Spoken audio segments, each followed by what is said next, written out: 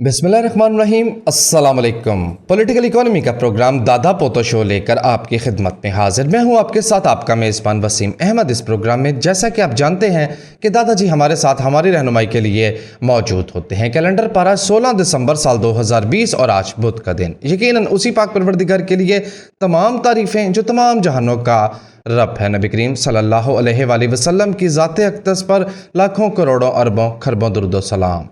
Political economy के programme दादा पोतो show का बाकायदा आगाज़ करते हैं और ख़बरों और उन पर तबसरों के लिए दादाजी की जानिब चलते हैं। दादाजी अस्सलाम वालेकुम। वालेकुम अस्सलाम। दादाजी क्या हाल है? अल्लाह का बड़ा करम है, उसकी बड़ी इनायत हैं, नवाशें हैं कि वो हमें ये मौका देता है कि हम आपकी खिदमत में हाज़िर होते हैं। बेशक बेशक। ये प्रोग्राम शुरू करने से पहले जी माहौल बड़ा जुगती हुआ था, तो ये मुझे बता रहा था कि वो जो दजाल ने किस जजीरे से आना है। हाँ जी हैं, लेकिन उसका बैकग्राउंड पिछली दफ़ा मैंने इसे रोक दिया था बताने से, तो आज ये पहले बैकग्राउंड बताएंगे कि वो जो ऑस्ट्रेलिया के पास जजीरा है, दजाल ने दरअसल वहाँ से आना है। ठीक है जी। पिछले प्रोग्राम में जुगत कंटिन्यू कर रही है, बड़ी जुगत हिट। दादाजी पूरी बात आपको मेरी सुननी पड़ेगी। हाँ, पूरी बात यह है कि गौतम बुद्ध ने ये कहा था। कब, किसको? मैं बता रहा हूँ अर्ज करूँ। गौतम बुद्ध ने कहा था कि दुनिया दुखों की अमाजगा है। हाँ, दुखों का घर है। दुखों का घर है। ये बात एक डिनर पे हुई थी। अच्छा, वो डिनर किसने दिया था? वो डिनर जो है वो गौतम बुद्ध की तरफ से था और उसमें मेहमान ख़ुसूसी साईं कायम अली शाह थे। अच्छा। अब वक्त गुजरने के बाद साईं को एहसास हो गया, पूरी बात सुननी है। हाँ। साईं को एहसास हुआ कि यार दुनिया तो वाकई दुखों का घर है। उन्होंने किया दज्जाल को फोन। अच्छा, कि यार तूने आना तो है, आजा वाइंड अप करें चीजों को। हाँ, मैं दुनिया दुखों का घर है, दुखों का खात्मा करें। हाँ। अब दज्जाल ने आगे से जवाब, साईं ने उसका एक इलाज ढूंढ लिया था। साईं जो है ना वो सब्ज रंग की बूटी जिसको आप दुनियादार कुत्ते भंग कहते हैं, साईं ने वो शुरू कर दी थी। वो पी के फिर बंदा हंसता ही रहता है जी। लेकिन वो भी दादाजी तरियाक नहीं साबित हो पाया। अच्छा, वो भी तरियाक नहीं। तो साईं ने दज्जाल को फोन किया, उन्होंने कहा आ यार काम मुकाइए। हाँ। पंजाबी से गल करें, काम मुकाइए। दज्जाल ने कहा कि मैंने जिस जजीरे से आना है वो जजीरा है उनके कब्जे में। उनके किनके जिनके? कौन के? तो मुझे मिसिंग पर्सन्स में शामिल होने का कोई शौक नहीं है। ये है पूरी बात। नहीं तो दज्जाल का गधा गायब भी कर गया, तो इसमें दादाजी वो गधा पाकिस्तान में हुक्मरान है इस वक्त। उसका गधा भी बिजी है असल में। इसलिए भी तो ट्रांसपोर्टेशन का भी तो मसला है। दज्जाल के आने में ताखीर इसीलिए हो रही है। अब पूरी बात समझ आई।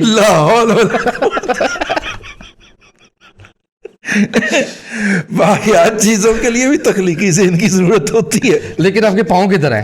क्यों? मैंने आपके पैरों में गिरना है। दादाजी ये जो आप एजुकेशन पे व्लॉग करते हैं ना, ये चैनलों की रेटिंग जमीन बोस हो गई है। ये देखें नाज़रीन इकराम, दादाजी किस काम को लग गए आप? देखें, अल्लाह तबारक व ताला ने वो जो अपने आखिरी कलाम में फरमाया था कि तुम्हारा काम सिर्फ पहुंचा देना है, हिदायत देना मेरा काम है। क्योंकि अल्लाह ताला ने पता सी कि मैं की चवल बनाई हुई है इंसान दे नाम भाई तख्लीक कार को तो इल्म होगा ना कि इनको बार बार कहना पड़ रहा है और इन्होंने उतने असर कोई नहीं होना। तो लिहाजा कुरान में हुक्म आ गया था कि बस तुम्हारा काम सिर्फ पहुंचा देना है। ठीक है ना? खच्चों को हिदायत देना अल्लाह पाक का काम है। वो इनके दिल मोड़ना वो हमारी उंगलियों में है, जब हम चाहेंगे इनके दिल मोड़ देंगे। ये जुगत हैरी को लगी थी कि अल्लाह को पता था खाचा है। तो लिहाज नाउज़ुबिल्लाह मिन ज़ालिक, मज़ाकन बात कर रहे हैं, गुस्ताखी न समझी जाए उसको। लेकिन अल्लाह तबारक व ताला ने, चूंकि खालिक है ना, उनको पता है रब को कि उसने कौन कौन सी खासियत वदीयत कर दी है इनके अंदर। ठीक हो गया? तो लिहाजा और एक और बात भी क्लैरिफाई कर दें आज के इस प्रोग्राम के अंदर कि जब हम ये कहते हैं कि उधर की 5वीं नस्ल के जो हैं, तो उससे कतन मुराद हमारी उधर के अवाम नहीं होते जो कि हमें बहुत बड़ी तादाद में सुनते हैं।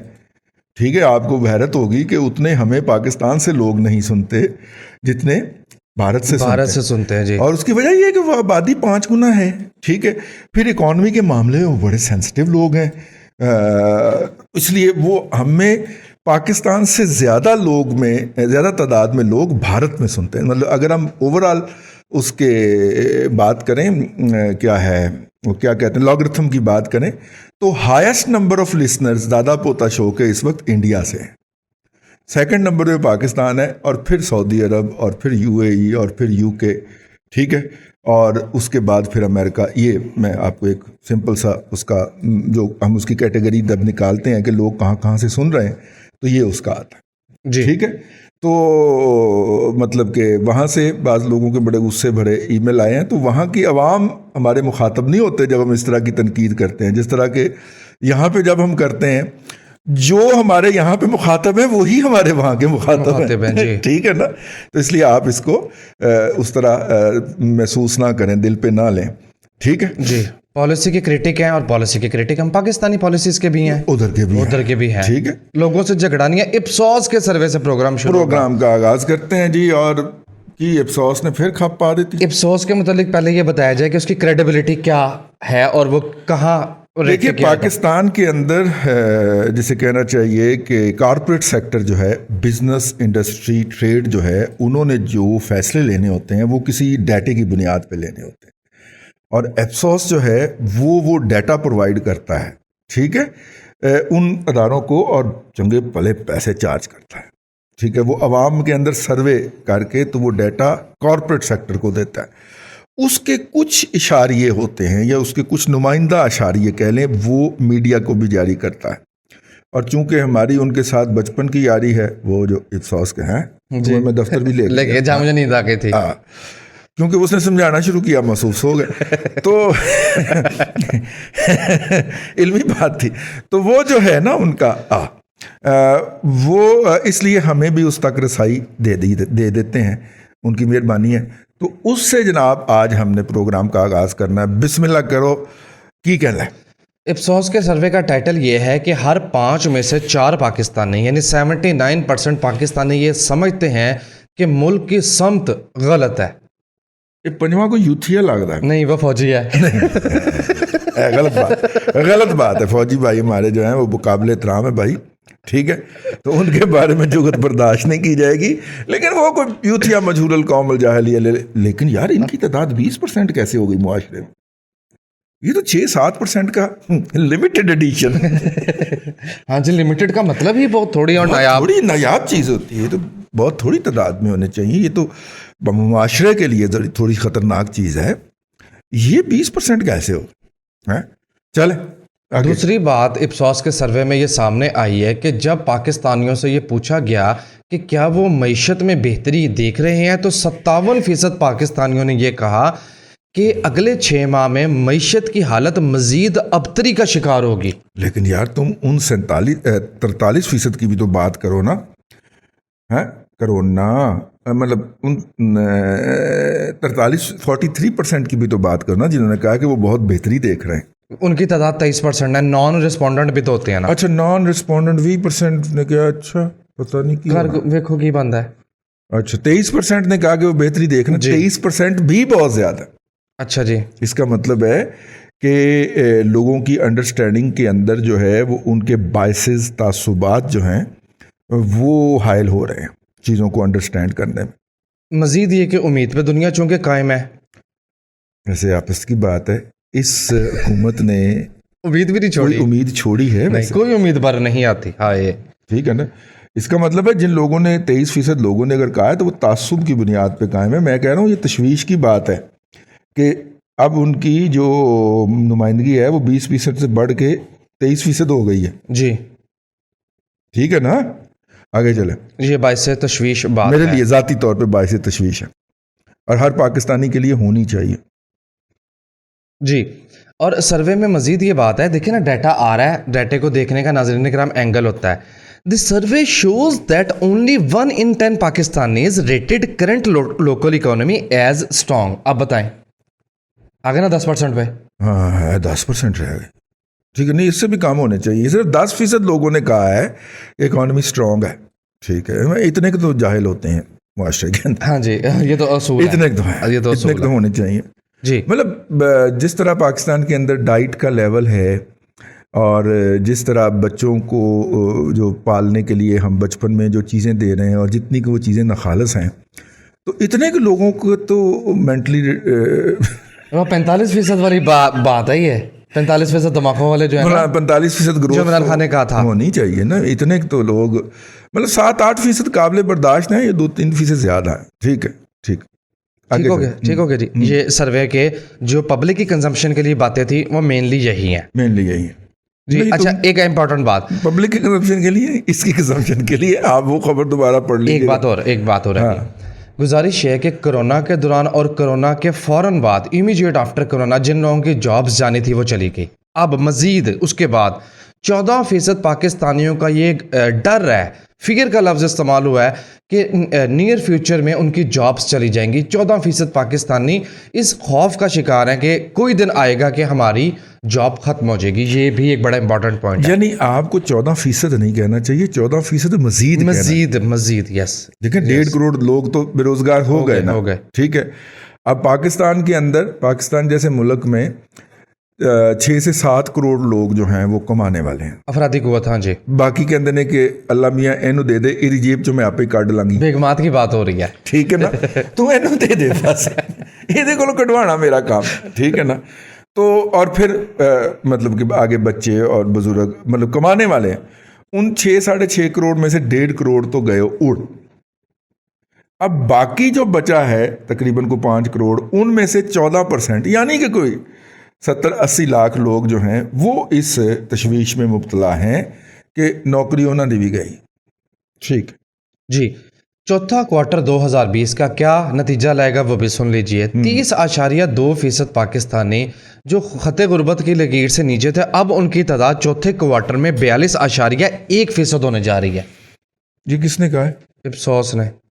मेरी इतला के मुताबिक तो वो 46% हो चुकी है। ये मजीद की बात हो रही है। अच्छा, मजीद ग्लोबल कंज्यूमर कॉन्फिडेंस इंडेक्स के हवाले से बात हो रही है। ओके दादाजी, ये इप्सोस जो है ना, इसके लापता होने का वक्त आ गया है। To be very honest. कौन सा? तो लापता कर दिया जाए, इस तरह की खबरें देते हैं यार। तो फिर अपने भाई के लिए हम भी यहाँ पे बैठे आवाज उठा रहे होंगे, रे आ करो यार। छोड़ पड़े, हमने वो प्लस कायम की हुई है ना, वो क्या नाम है उसका? केडी प्लस एक है ग्लोबल प्लस के की ना है उसका, वो भी सर्वे करती है। अच्छा जी, उसका हम सर्वे ले आएंगे। हाँ, उसका सर्वे हम ले आते हैं ना हर साल। अच्छा जी, ठीक है। ठीक है ना।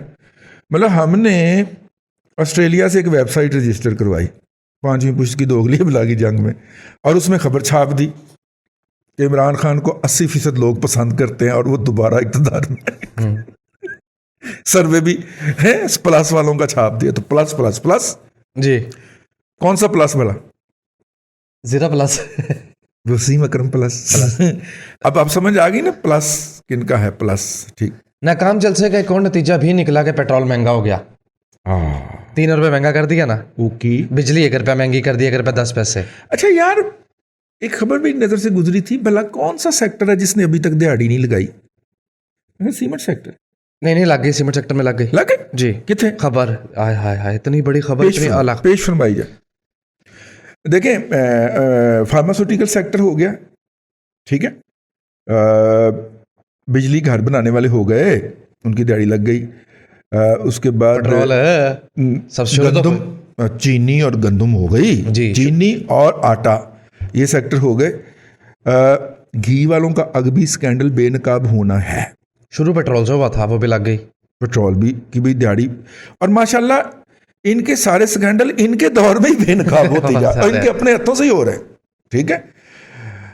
LPG सीमेंट ईंधन का पूरा सेक्टर जो था उसमें पिछले पहले साल 122 की लगी थी, इस साल की अभी कैलकुलेशन जा रही है। ठीक हो गया। तो अब खबर मुसाबकती कमीशन की रिपोर्ट आ गई। सीमेंट सेक्टर बाकी था जी। लो, सीमेंट फैक्ट्रियों ने मिली भगत से 40 अरब रुपए से जायद इजाफी मुनाफा कमाया। यानी जो सीमेंट के बैग की कीमत में उनका मुनाफा शामिल है वो तो है, उसके अलावा 40 अरब रुपए इजाफी कमाए गए। इसकी मिसाल यूं आप समझ लें कि आप अगर ये एक गिलास खरीदते हैं, इस गिलास के ऊपर अपना वो मेजर साहब हैं, क्या नाम है उनका? तारिक गिलास वाले मेजर तारिक साहब जो हैं, उनका खर्चा आता है 8 रुपए। ठीक है। और वो आपको ये बेचते हैं 10 रुपए का, तो यूं उनका जो 25% उनका प्रॉफिट हो गया, या 2 रुपए कह लीजिए आम जुबान में, 2 रुपए प्रॉफिट हो गया या 25% प्रॉफिट हो गया। अब अगर यही गिलास बिकेगा 15 रुपए के ऊपर, तो खर्चा इसका 8% ही, 8 रुपए है, 8 रुपए ही है, ठीक है ना। और प्रॉफिट उनका जो है वो 7 रुपए हो जाएगा, जो पहले के 2 रुपए होना था अब वो बढ़ के 7 रुपए हो गया। यानी उसके बाद फिर प्रॉफिट ही बढ़ना होता है, लागत तो जितनी लग गई थी लगनी थी लग गई। समझ गए ना मेरी बात, ये वो वाला प्रॉफिट है। यही प्रॉफिट कमाया है शुगर मिलों ने, यही प्रॉफिट कमाया है फार्मास्यूटिकल कंपनी ने, यही प्रॉफिट कमाया है पेट्रोल वालों ने, यही प्रॉफिट कमाया है घी वालों ने। घी वालों की अभी मैंने आपको कहा स्कैंडल आना बाकी है, पाम ऑयल की प्राइसेस आधी रह गई थी, ठीक है। जब ये तशरीफ लाए तो घी की कीमतें, पाम ऑयल की कीमतें जो थी, फर्ज करें उसके तहत कैलकुलेट हो रहा था कि जनाब मिनिमम प्राइस जो घी की होगी वो 175 रुपए होगी, ठीक है।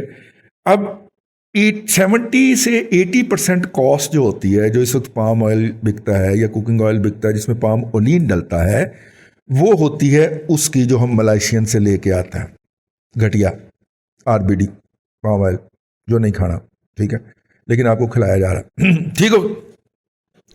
तो 70 से 80% जो सेगमेंट है वो हो गया आधा। यानी अब वो अगर वो 70 रुपए कॉस्ट थी उसके, मतलब 170 में वो 140 रुपए कॉस्ट थी, तो वो एक आधी कीमत हो जाने की बजाय वो 140 की बजाय पाम ऑयल उसकी कॉस्ट रह गई 70 रुपए। और जब वो 70 रुपए रह गई तो ये जो बाकी वाला 70 का गैप था ये कहाँ गया?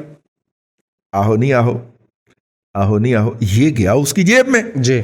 ये बहुत बड़ा स्कैंडल है। जब आएगा सो आएगा, हम आपको बताएंगे, लेकिन हमने निशानदेही फरमा दी है, वो अपनी दिहाड़ी लगा चुके हैं, ठीक है ना। एवें तो नहीं घ्यो वाले चैनल के उत्ते अन्ने वाह हुकूमत की सपोर्ट चल रही होती की हाल नवा ब्रांड लॉन्च कर दिता उन्होंने जनाब, किसान टीवी के बाद मान टीवी, साडा मान तुहाडा मान, मानो मान, ये मान जिहड़ा जे हनुमान वाला मान हनुमान वाले माइंड नहीं करना, हमने आपको जरूरत नहीं कराई, ये इनको करवाई, ठीक है। फीडबैक की तरफ चले जी, फीडबैक की तरफ चले। और ऑयल कमीशन जो है, ऑयल इंक्वायरी कमीशन, उसकी बात हम कल के प्रोग्राम में करेंगे। नहीं आज ही कर लें, ये कल तक के लिए उठा रखी है यार, कल पता नहीं आएगा ना हो, ठीक है, आज हमारी कल हो, हम कहीं आंखें खोलें, पता चले चारों तरफ अंधेरा है। लास्ट प्रोग्राम में हमने ओगरा की बात की थी, तो ओगरा का इस वक्त कोई चेयरमैन नहीं है, तो मुझे ओगरा से फोन भी आ गया था। नहीं वो ओगरा के चेयरमैन नहीं है, वो हम करेक्शन कर देते हैं, वो DG पेट्रोलियम है जी, DG oil to be exact, DG oil, हाँ DG ऑयल है जी, उनका ओहदा है, और वो पेट्रोलियम डिवीजन के अंदर होता है। मैंने कहा मैं खुद भी बाद में हुआ कि यार वो फ्लो में बुढ़ापा हो गया ना जी, बातें अब जुबान ज़ेन का साथ ज़रा हल्के देती है, तो वो कम देती है। तो वो जी DG पेट्रोलियम साहब हैं, डंगर डॉक्टर हैं, वो रिपोर्ट में लिखा हुआ है, मैं अपने पास से नहीं कह रहा, हेडलाइन पढ़ी है जी। पेट्रोल पर जो इंक्वायरी रिपोर्ट है उसने ऑयल मार्केटिंग कंपनियां के खिलाफ एक्शन और ओगरा को बंद करने की सिफारिश कर दी। ये किस अखबार में लिखा? दादाजी अखबार है ये, मेन स्ट्रीम जी, ये तो मैं ऑनलाइन खबर पढ़ रहा हूँ, लेकिन ये मेन स्ट्रीम अखबारों में भी ऑयल इंक्वायरी रिपोर्ट कल छप गई है। इस तरह के लिंक्स ना पढ़ा कर, कोई पता नहीं है वो श्रीवास्तव ग्रुप के लिंक हो। मैं आपको पाकिस्तान के मेन स्ट्रीम मीडिया से निकाल देता हूं। मेन स्ट्रीम मीडिया से हमेशा क्रेडिबल सोर्स से खबर पढ़नी चाहिए। अल्लाह आपका भला करे। कंपटीशन कमीशन ऑफ पाकिस्तान ने सीमेंट कंपनियों के खिलाफ कार्रवाई करने का फैसला कर लिया है, ठीक है। और पेट्रोलियम के बढ़ने की खबर आप तो दे ही चुके हैं जी, ठीक हो जी। जो ऑयल मार्केटिंग कंपनियां हैं उन्होंने 8 अरब रुपया ड्यूरिंग क्राइसिस बनाया है। ये इंक्वायरी रिपोर्ट जो है एक्सप्रेस ट्रिब्यून से मैं पढ़ रहा हूं, और लाहौर हाई कोर्ट ने इससे पहले ये रिपोर्ट रिलीज करने का हुक्म दिया था। हुकूमत ने इस रिपोर्ट को रिलीज ना करने का फैसला किया था, फिर हाई कोर्ट ने तलब आया, और जब तलब आया तो फिर उन्होंने कहा रिपोर्ट बन गई है जी, हमारे रिपोर्ट जारी करो अवामन नास की कंजम्पशन के लिए। तो फिर उन्होंने ये रिपोर्ट जारी फरमा दी। रिपोर्ट में ये कहा गया है कि ऑयल जो पाकिस्तान आता है वाया सी, गहरे समुद्रों में ऑयल के जो क्या है शिप्स होते हैं, मदर वेसल्स होते हैं, उनको जानबूझ के रोक के पेट्रोल की किल्लत जो है वो पैदा की गई, मसनूई किल्लत पैदा की गई, और ये पाकिस्तानी अवाम की जेबों पर और उनके हकूक पर डाका मारा गया। ये रिपोर्ट में लफ्ज़ लिखे हमें। बिल्कुल ठीक है। एक इलाकाई महाज से खबर है, तालिबान अफ़गानिस्तान से आलीशान की टीम जो है वो इस्लामाबाद पहुंच रही है मुज़ाकरात के लिए कतर ऑफिस से। ठीक है, ओके। जिस दिन हम ये प्रोग्राम रिकॉर्ड कर रहे हैं बुध को, उस दिन की ये खबर है। अब इसका जो फॉलो अप होगा वो आपको हम नेक्स्ट वीक बता पाएंगे। जी ठीक है, ठीक हो गया जी। अब चलें फीडबैक की तरफ। सेनेट इलेक्शन नहीं बताएंगे फरवरी में क्यों करना चाह रहे हैं? पॉलिटिकल इश्यूज है। अच्छा जी, मैसेजेस का बहुत शुक्रिया जो बॉर्डर की दूसरी तरफ से आते हैं। कुमार का मैसेज मेरे पास मौजूद है, बड़ी आपने रिस्पेक्ट लिखी। मेरी अपनी मजबूरियां हैं, ये ना समझिएगा कि मैं नज़रअंदाज किसी को करता हूँ। आप मोहब्बत करते हैं, बहुत शुक्रिया। मैसेज आपका मैं सारा नहीं पढ़ पाऊंगा, ऐसे ही है ना? अच्छा जी। बिलाल उस्मान का मैसेज, यार तुम्हारा ये फिक्रा जो है ना, अगर उन्हें काट के ना तो हमारे खिलाफ FIR दर्ज कर देना। दादाजी मैं प्रोग्राम कर रहा हूँ, कह दिया हुआ है ना कि जी हम आपका मैसेज नहीं पढ़ सकते, तो ठीक है। हाँ बस, तो इसलिए अब ये हमारे खिलाफ एक FIR कटवा लिया आपने। चलो आगे चलो भाई। बिलाल उस्मान कहते हैं दादाजी बात यह है कि चाइनीज़ ने कराची में फैक्ट्री सेटअप की स्क्रैप की, ठीक है, और चाइना एक्सपोर्ट करना शुरू कर दी। जैसा कि आप जानते हैं कि चाइना जो है वो कार्बन टैक्स के हवाले से मुख्तलिफ मसाइल का शिकार है। चाइना की इस हरकत से लोकल मार्केट, इसको कार्बन टैक्स नहीं कहते, इसको कार्बन एमिशन टैक्स कहते हैं। लोकल मार्केट में स्क्रैप की प्राइसेस 150 रुपये फी किलोग्राम एक ही महीने में बढ़ गई। लोकल इंडस्ट्री सफ़र कर रही है और पापाम ने भी इस इशू को उठाया है हमाद अज़हर के सामने, लेकिन अभी तक कुछ हो नहीं पाया, कोई कानून साजी नहीं। ये क्या है? नहीं, देखिए बात ये है कि प्लास्टिक का जो स्क्रैप पाकिस्तान में पैदा होता है, हम बमुश्किल उसका 10 से 15% जो है उसको प्रोसेस कर पाते हैं, बाकी सारा ऐसे ही रोल रहा होता है। फ्रैंकली स्पीकिंग, इधर आओ ना ज़रा, आप जो पाबंदी लगाने की बात कर रहे हैं तो आप मज़ीद स्क्रैप बनाने की क्यों नहीं बात करते? क्रशर एक आता है, ठीक है, उस क्रशर में आप वो स्क्रैप डालते जाते हैं, वो आगे फीती फीती करके उसको निकालता जाता है, उसकी बोरियां भरते हैं, बोरियां भर के कराची भिजवाए जाते हैं। पंजाब में तो यही चल रहा है। और वो क्रशर जो है वो 2-2.5 लाख रुपए का होता है, सारा सिंपल। और नॉर्मली इसके अंदर जो बोतलें होती हैं प्लास्टिक की वो क्रश की जाती हैं, और एक क्रशर लगने से 7-8 लोग जो हैं वो उनको मुलाजमत मिल जाती है। तो अपना डॉक्टर साकिब साहब इस पे ज़रा नज़र करें कि, और नहीं तो ज़ाहिर जगह होगी वो लोग घर में भी लगा सकते हैं। जो गरीब आदमी है वो अपने घर में भी एक क्रशर लगा के काम शुरू कर सकता है। असर है उसकी कलेक्शन, और कलेक्शन आपको मिलनी है वो जो पुराना सामान नहीं बेचने लेने आते घरों में, हाँ की भला लैलेंदी जुदियां दे लोहरदी तो पतीसा, हाँ लोहरदी तो पतीसा है, और पतीसा ले वाले जो आते हैं ना वो लेके जाते हैं ना खाली बोतलें। अच्छा, उसके अलावा अब क्या होता है कि हम वो अपना जो घर का रोज़ाना कूड़ा है उसमें भी डाल देते हैं, और फिर वो कूड़े वाला जो होता है वो आपके मोहल्ले में ही एक अहम जगह पे खड़ा होकर इसकी स्कैनिंग कर रहा होता है, इसमें से कीमती चीज़ें निकाल रहा होता है। सॉर्टिंग सबसे कीमती चीज़ भला क्या होती है? क्या बुझो तो सीधा सौ भला है, बच्चे का पैम्पर है कीमती चीज है जी। सबसे कीमती चीज पहले वो ये चुनता है, जितना मर्जी गंदा हो।